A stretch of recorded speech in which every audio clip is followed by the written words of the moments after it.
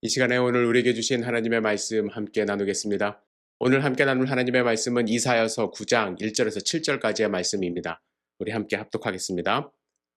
전에 고통받던 자들에게는 흑암이 없으리로다. 옛적에는 여호와께서 수불론 땅과 납달리 땅이 멸시를 당하게 하셨더니 후에는 해변길과 요단 저쪽 이방의 갈릴리를 영화롭게 하셨느니라. 흑암에 행하던 백성이 큰 빛을 보고 사망의 그늘진 땅에 거주하던 자에게 빛이 비치도다. 주께서 이 나라를 창성하게 하시며 그 즐거움을 더하게 하셨으므로 추수하는 즐거움과 탈취물을 나눌 때의 즐거움 같이 그들이 주 앞에서 즐거워하오니 이는 그들이 무겁게 맨 멍에와 그들의 어깨의 채찍과 그 압제자의 막대기를 주께서 꺾으시되 미디안의 날과 같이 하셨음이니이다. 어지러이 싸우는 군인들의 신과 피 묻은 겉옷이 불의 섭같이 사라지리니 이는 한 아기가 우리에게 낳고 한 아들을 우리에게 주신 바 되었는데 그의 어깨에는 정사를 메었고 그의 이름은 기묘자라 모사라 전능하신 하나님이라 영존하시는 아버지라 평강의 왕이라 할 것임이라. 그 정사와 평강의 더함이 무궁하며 또 다윗의 왕자와 그의 나라에 군림하여 그 나라를 굳게 세우고 지금 이후로 영원히 정의와 공의로 그것을 보존하실 것이라. 만군의 여호와의 열심히 이를 이루시리라. 아멘. 오늘 우리에게 주실 말씀을 기대하며 잠시 기도드리겠습니다. 전능하신 아버지 하나님, 주님의 음성을 사모합니다. 주님 말씀하여 주시옵소서. 주님의 말씀으로 우리의 삶이 변화되어 30배, 60배, 100배의 결실을 맺을 수 있도록 주여 축복하여 주시옵소서. 이 시간을 온전히 주님께 의지합니다. 예수님의 이름으로 기도드렸사옵나이다. 아멘. 많은 사람들이 영화에 나오는 슈퍼히어로에 열광합니다. 슈퍼히어로는 현실적으로는 존재할 수 없다는 것을 모두가 알고 있지만 스스로 슈퍼히어로가 되는 상상을 하거나 그러한 슈퍼히어로가 나타나 현실을 극복해 줄 것이라고 상상하며 위로를 받기도 합니다. 특히 경제적으로 어려울 때는 사람들이 더 이 슈퍼히어로에 끌린다고 하는데요. 우리가 잘 아는 슈퍼맨은 미국이 대공황을 지나던 1938년에 처음 등장하여 큰 인기를 얻었습니다. 한 만화 평론가는 이렇게 이야기를 했어요. 호황기에는 대체로 슈퍼히어로가 잊어지고 불황기에는 오히려 인기가 솟는다. 이렇게 말을 했습니다. 이런 이유로 과학이 발달한 이 현대 시대에도 슈퍼히어로를 통해 위로를 얻으려고 하는 사람들이 더 많다고 합니다. 여러분들은 혹시 이러한 슈퍼히어로 기다리고 있는 것은 아닌지요? 주변에 성공한 사람들을 보면서 나는 그동안 무엇을 하면서 살았나 씁쓸해질 때, 불확실한 미래 앞에서 불안할 때, 또 누군가가 나타나서 나의 이 현실을 좀 뒤집어 주었으면 하는 마음, 여러분들 마음 가운데 있는 것은 아닌지요? 슈퍼히어로가 현실적으로 불가능하다는 것을 알면서도 누군가 우리를 도와주고 이끌어 주었으면 하는 바람, 누구에게나 있다는 것 부인할 수 없습니다. 오늘 본문은 바로 그런 사람들, 진짜 영웅이 필요했던 그런 사람들의 이야기에서 시작을 합니다. 오늘 1절 앞부분만 다시 한번 읽겠습니다. 전에 고통받던 자들에게는 흑암이 없으리로다. 여러분, 기원전 8세기 이스라엘 땅에는 고통받는 그러한 사람들이 많이 있었습니다. 그들의 삶은 마치 흑암과 같았다고 기록을 합니다. 하나님은 특별히 스불론 땅과 납달리 땅이 멸시를 당하게 하셨다고 지목하십니다.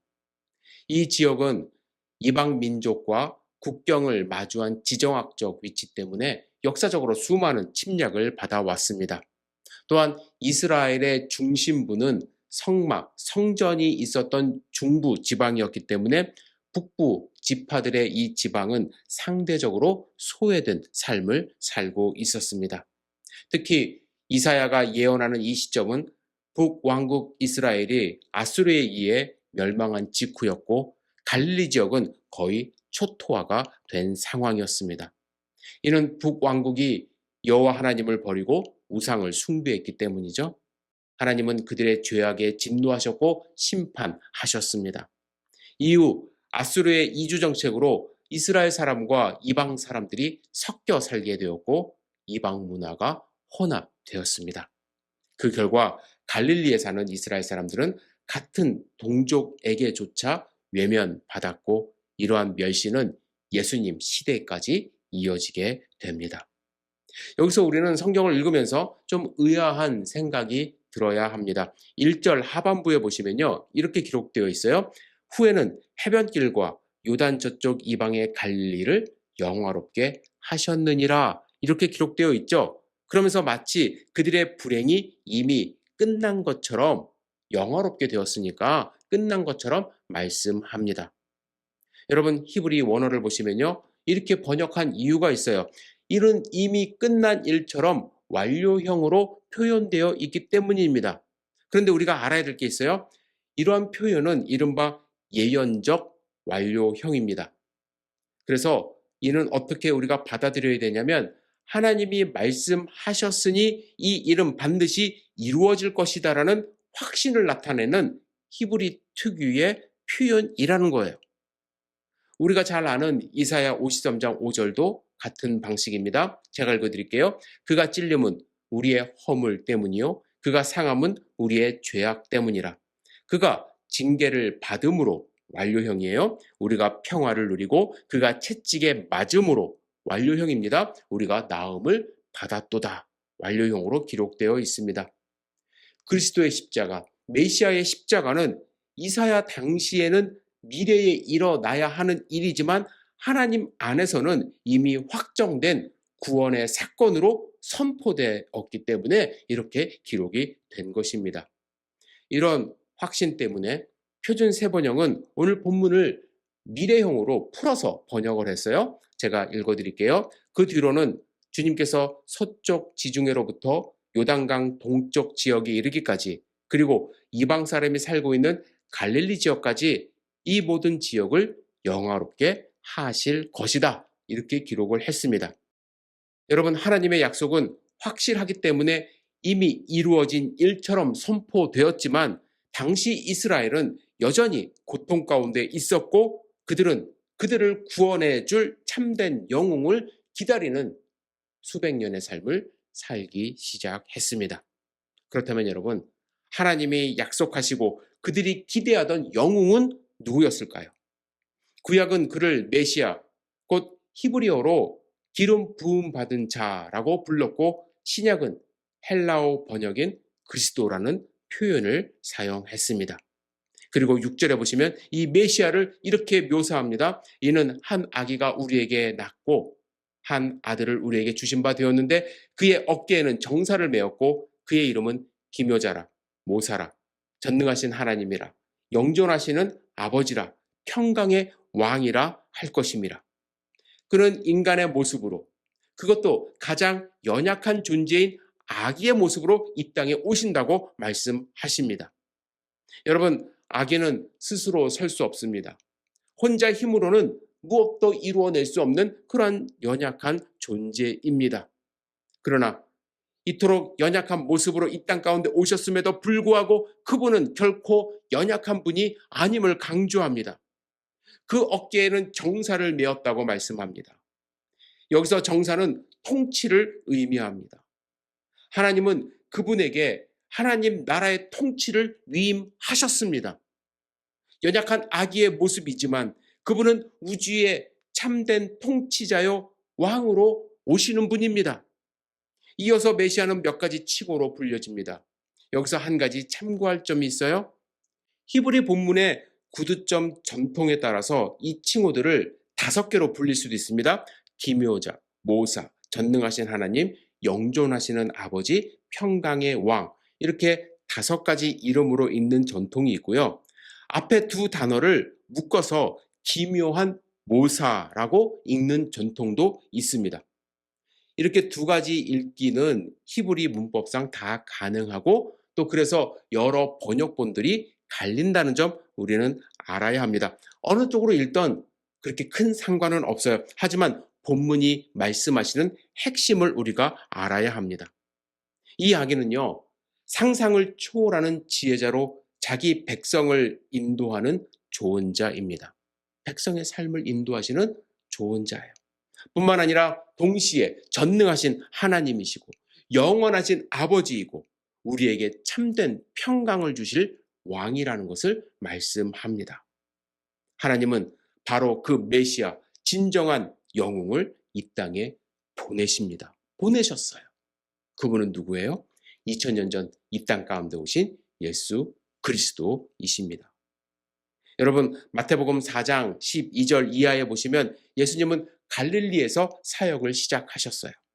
첫 이적을 행하신 곳도, 처음 회당에서 가르치신 곳도, 천국 복음을 처음 외친 곳도 갈릴리였습니다.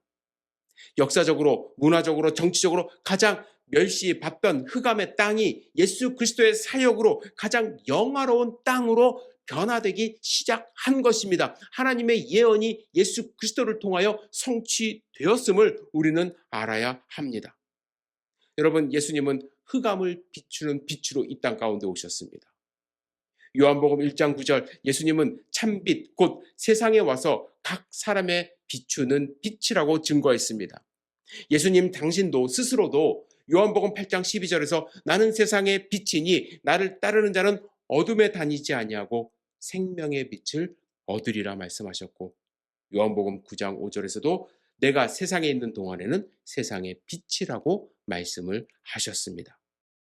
예수님이 없는 세상, 어둠의 세상입니다.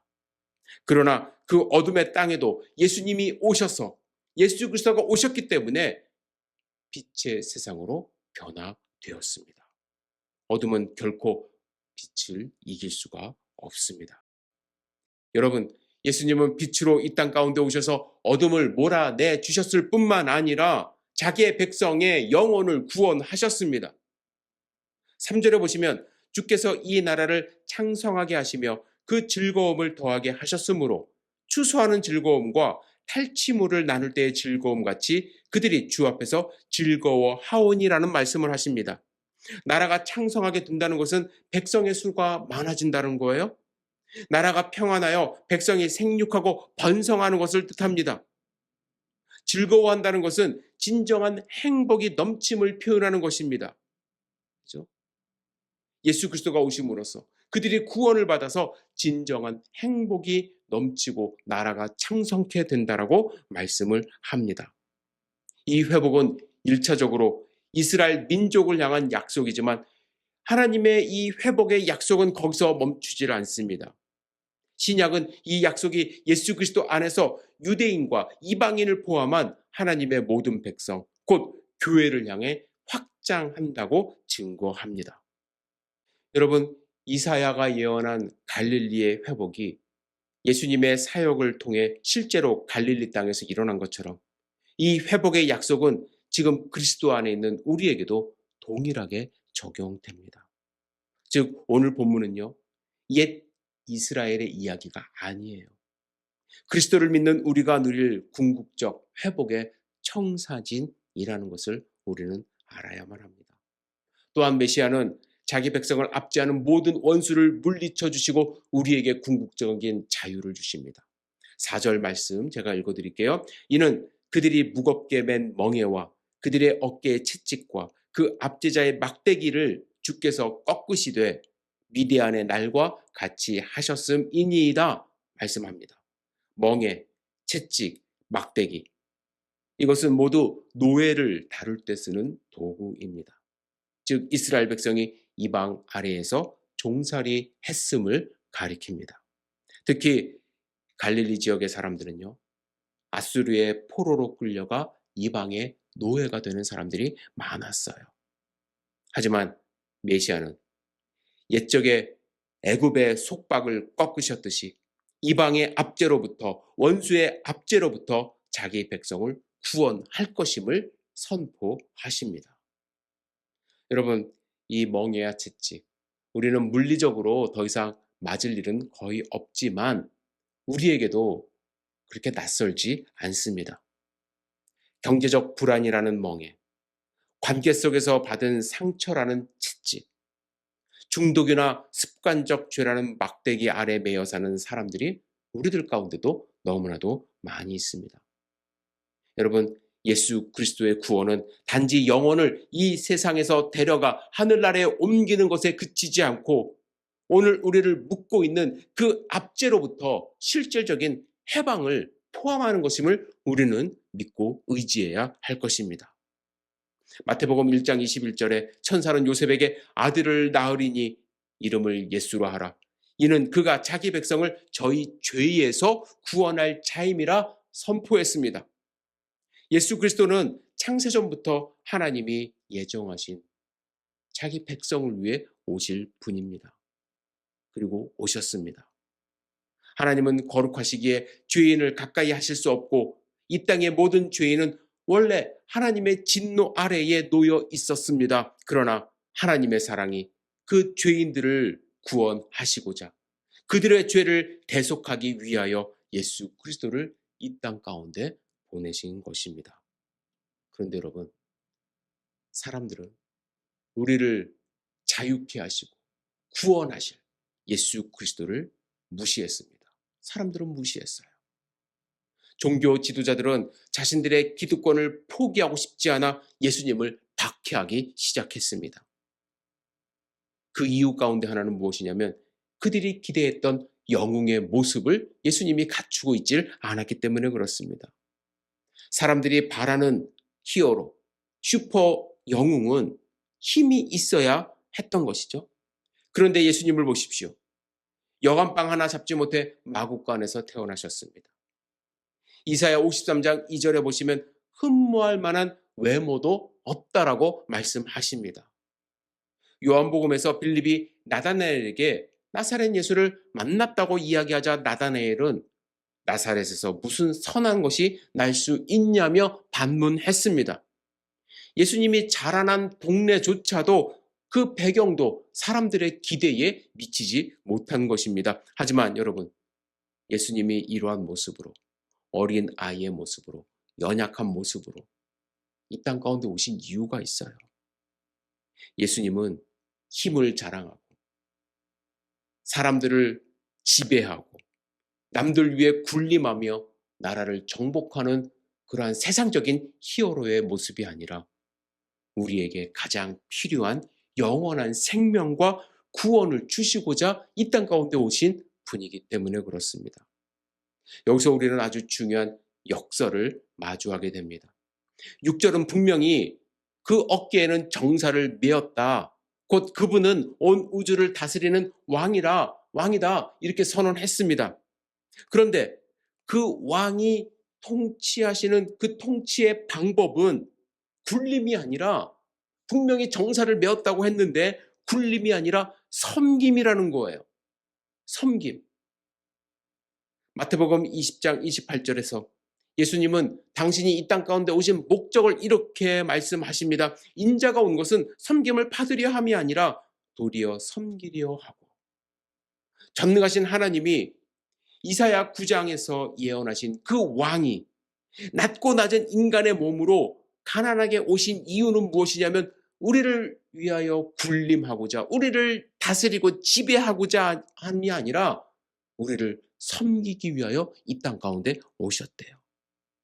그것이 바로 이사야 9장이 말하는 통치의 본질임을 우리는 알아야 할 것입니다. 세상 왕들은요, 백성을 다스리기 위하여 군림합니다. 통치해요. 힘을 발휘합니다. 하지만 메시아는 우리를 다스리되 섬김으로 우리를 다스립니다. 그 모습이 가장 잘 드러난 것이 요한복음 13장의 모습입니다. 예수님은 유월절 만찬에서 제자들의 발을 씻겨 주셨습니다. 발 씻기는 원래 종이 주인에게 하는 일이지만 예수님은 친히 물을 준비하시고 수건을 두르시고 허리를 숙여 제자들의 발을 씻기셨습니다. 그리고 그 섬김의 끝은 발 씻는 것에서 끝나는 것이 아니라 죽음에까지 이르릅니다. 마태복음 20장 28절 하반부에 이렇게 기록되어 있습니다. 자기 목숨을 많은 사람의 대속물로 주려 함이니라. 여러분, 흠 없으신 완전하신 하나님의 아들이 우리의 죄를 대신해 죽으셨습니다. 우리가 용서받는데 그보다 더 필요한 것이 무엇이 있겠습니까? 하지만 여러분, 예수님은 십자가에서 죽는 것으로 끝나지 않으셨죠? 마태복음 20장 19절에는 예수님이 뭐라고 말씀하셨냐면 이방인에게 넘겨주어 그를 조롱하며 채찍질하며 십자가에 못 박게 할 것이나 제3일 만에 살아나리라. 예수님은 이렇게 예고하셨고 실제로 예수님은 3일 만에 부활하셨습니다. 또한 예수님은 다시 오실 것을 약속하셨습니다. 그리고 예수님이 다시 오시는 그날 죽었던 모든 자가 예수 안에서 죽었던 모든 자가 부활하여 하나님 나라를 완성할 것입니다. 이사야 9장이 말씀하시는 정사를 매신 왕의 통치는 십자가와 부활로 이미 시작되었지만 아직 완성된 것은 아닙니다. 우리가 지금 그리스도인으로 하루하루 살아가는 이유, 예수님의 명령을 따라 오늘을 살아내는 이유, 바로 여기에 있는 것입니다. 우리에게는 다시 하나님 앞에 서게 될 부활의 소망이 있기 때문에 그런 것이죠. 제가 처음에 여러분들에게 여쭈었습니다. 여러분들은 영웅을 혹시 기다리고 있지는 않은지요? 주변에 성공한 사람들을 보며 나는 그동안 무엇을 하며 살았나 씁쓸해지고 불확실한 미래 앞에 불안해하는 그 마음, 저도 잘 압니다. 저도 그럴 때가 많이 있기 때문에. 지금 내 삶을 돌아볼 때 밝은 빛이 아니라 흑암이 가득하다고 스스로 평가할 수도 있습니다. 하지만 여러분, 이사야서 9장 오늘 우리가 읽은 우리에게 보여주는 본문에서 보여주는 영웅의 힘은 군림하는 힘으로 우리를 이끄는 영웅이 아니라 죽기까지 섬기신 영웅의 모습. 그분이 우리에게 빛을 주셨습니다. 그분이 우리를 자녀 삼으셨고 부활의 첫 열매가 되셨으며 하나님 나라 완성을 위하여 다시 오실 것입니다. 따라서 지금 우리 삶 가운데 우리가 흑암을 느낀다 할지라도 그 흑암은 결코 빛으로 오신 예수 그리스도를 이길 수 없음을 여러분들 믿고 의지하시기를 주님의 이름으로 축복합니다. 그 믿음으로 어떠한 상황이 우리의 삶을 힘들게 할지라도 예수님이 이 땅 가운데 오신 그 모습을 다시 생각해 보시고 나에게 영원한 삶을 주신 예수 그리스도의 그 사랑을 마음 가운데 품으시고 예수님이 다시 오실 그날을 소망하며 하루하루 승리하는 삶 사시기를 주님의 이름으로 축복합니다. 기도하겠습니다. 전능하신 주님, 우리의 삶을 지켜주시옵소서. 때로는 힘들고 어려움에 내 삶은 왜 이렇게 어둡지? 라며 자책할 수 있지만 그 상황 속에서도 예수 그리스도의 빛을 바라보며 예수님이 다시 오시는 그날을 꿈꾸며 하루하루 승리하는 삶 살아갈 수 있도록 인도하여 주시옵소서. 우리의 삶을 지키고 보호해 주실 것을 믿고 의지합니다. 예수님의 이름으로 기도드렸사옵나이다. 아멘.